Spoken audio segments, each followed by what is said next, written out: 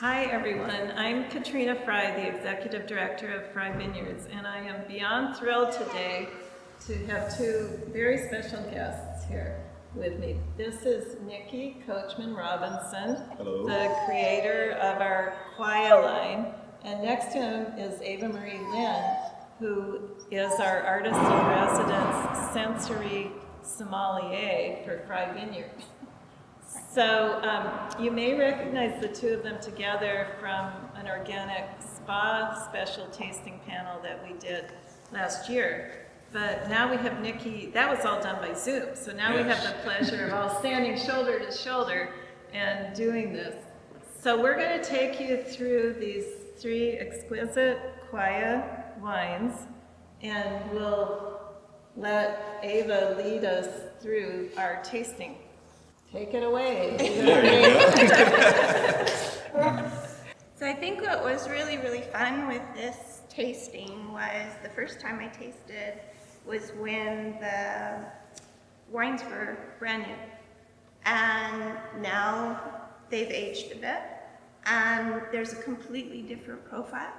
And I think what was most fun in tasting these this time for me, two things. First of all, I really follow, being in a biodynamic vineyard, I really follow Steiner's principles of the leaf day, the flower day, how it impacts what I'm tasting and smelling. And I found a huge difference in these wines because I went from a flower day into now we're in a leaf day.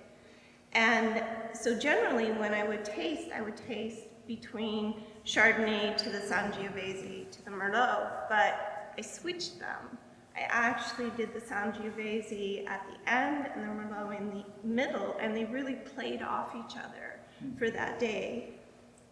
The other thing that I found really, really unique is we have in wines what's called what is typical of that varietal, what's going to be typical of a Chardonnay or a Sangiovese or a Merlot.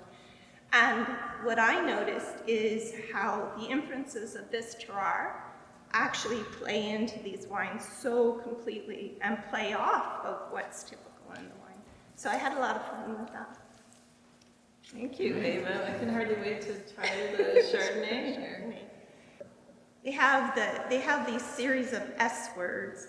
One is to see the wine, to look at the wine, what color is it? And then they say the next one is to swirl the wine. I don't. I actually sniff it in between each one of those things. So I just take like a quick sniff.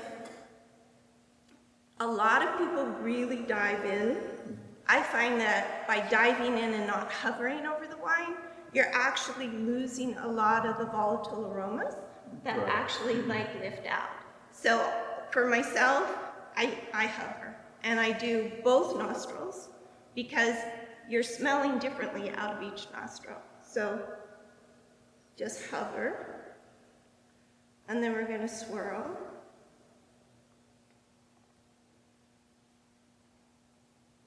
And then sniff again. Wow, it's amazing. Is it different? It's different.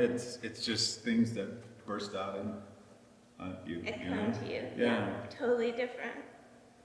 And then, so on the nose of this one, your typical notes are things like apple and pear, and that definitely was in this. What I found also was like a really young peach, and we have peaches here on the land, so I've had that interface with them, and I can like feel them in the Chardonnay a lot. Tiny hint of grass. And where most Chardonnays have a lemon, a citrus note, I find that this Chardonnay has a lime note. There's this sweetness on this greenness, and it really plays off that grass and kind of comes forward like balsamic to me. Well, I'm thinking about that sweet lime. Mm-hmm.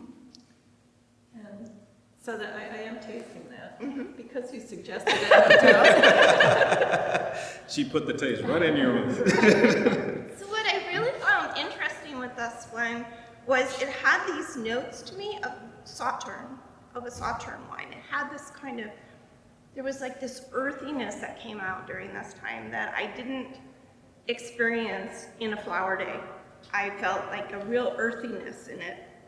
It also had a sense of ginseng, the root of ginseng. It's good for us. Follow your nose.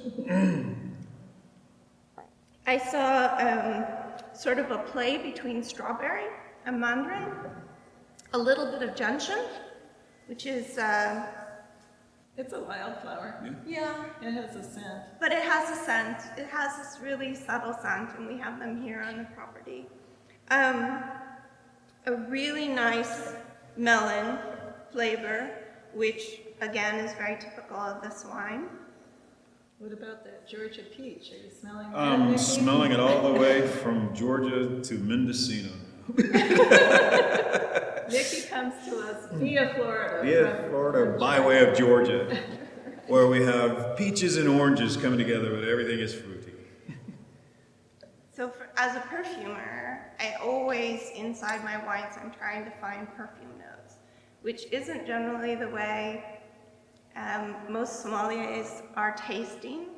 But for me, there were two really distinct ones. One is called Bigarade, and Bigarade is actually the leaves of bitter orange. And the other have a little bit of clove flower at the end, a tiny bit of clove flower. Beautiful. Thank you so much. So now on to Merlot. the Merlot. Okay. So, Ava, when you were discussing the notes and the floral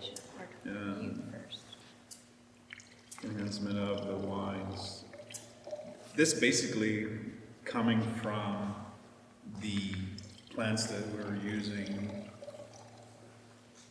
to fertilize the soil, like the peanut, The peas, The the peas. the cover crop. cover. Well, I don't know that we can say that the flavors are coming directly from the plants around them. Although there are some studies now that are showing that the roots of nearby plants can influence the taste of the grapes. In Italy, one of the most interesting projects that I did in Italy was working with iris between the rows. And they actually did studies where they found, so iris, certain types of iris, certain varieties are actually used in perfumery, the roots. And they found that the grapes picked up the iris notes of the iris flowers inside the grapes. So they did some rows with iris and some rows without iris, which I found really fascinating. That's fascinating. Yeah. So I was picking up those notes. There's nature inside of every grape note. There Can't grow a good grape without nature, right? is. Exactly. Wow. Exactly. So that goes to the whole structure of organic and biodynamic farming, where we I let think nature so. take that seed and look what we come up with, folks. So now we have the Merlot. I think what would be fun with the Merlot is to do a different way that I taste, because I found in this Merlot there were a lot of aromas like locked in, and they didn't necessarily expose themselves. So let's just do it the way we were doing it before. So we're looking at it. This I found like just gorgeous because it has this halo, this ruby halo, but it's so deeply garnet. Like it has such a beautiful garnet to it, to me. What do you think? I'm smelling. You're smelling This now? is perfume, aroma, just fresh, clean smell. And basically what I'm trying to say, I'm not smelling a lot of chemicals. I'm smelling all natural ingredient. Definitely. And you smell the berries right at the Oh, top. yeah. Like, has like really, to me it's almost like a blackberry jam to my nose. But in this one, on the nose, I found a bit of violet, plum. Plum is typical. But the violet, what I found really interesting was there's a pansy note in there. Violets and pansies are cousins. They are. But I guess they smell different. They smell different. But they're cousins. And the pansies, like, has this greenness to it that the violet leaf does. But the violet itself, they called it the supplice of a moment, where you put your nose in and you get a whiff of it and then it's gone. Wow. And then you have to put your nose in and you get a whiff and it's gone. So I find like the play of the pansy like kind of like plays underneath it. And I also have this like sensation of when the fresh meadow fields begin to pop up. I sense that in this wine. So on Steiner's Day, one of the aspects in a wine that really pops forward is that of oceanic and marine notes. And I did not taste it on the flower day at all, but on this day, I can taste it. A sniff of the sea, is that it? Yeah. On the It's palate. amazing what your nose does more when you want to look at sampling a wine from the beginning to. I look at it as something to get a start up, to really enjoy a good glass of wine, to be able to sniff and smell before. It's almost like getting your nose prepared for your palate inside. I am tasting a little. The marine. So one of the notes that I really tasted was when I picked calendula here. And I have that scent between the flower and the leaf on my fingers. I can taste this inside. There's a sort of afternote of carob to me, not cocoa, whereas oftentimes this wine they say chocolate or cocoa, but I taste carob, which is like a little more earthier.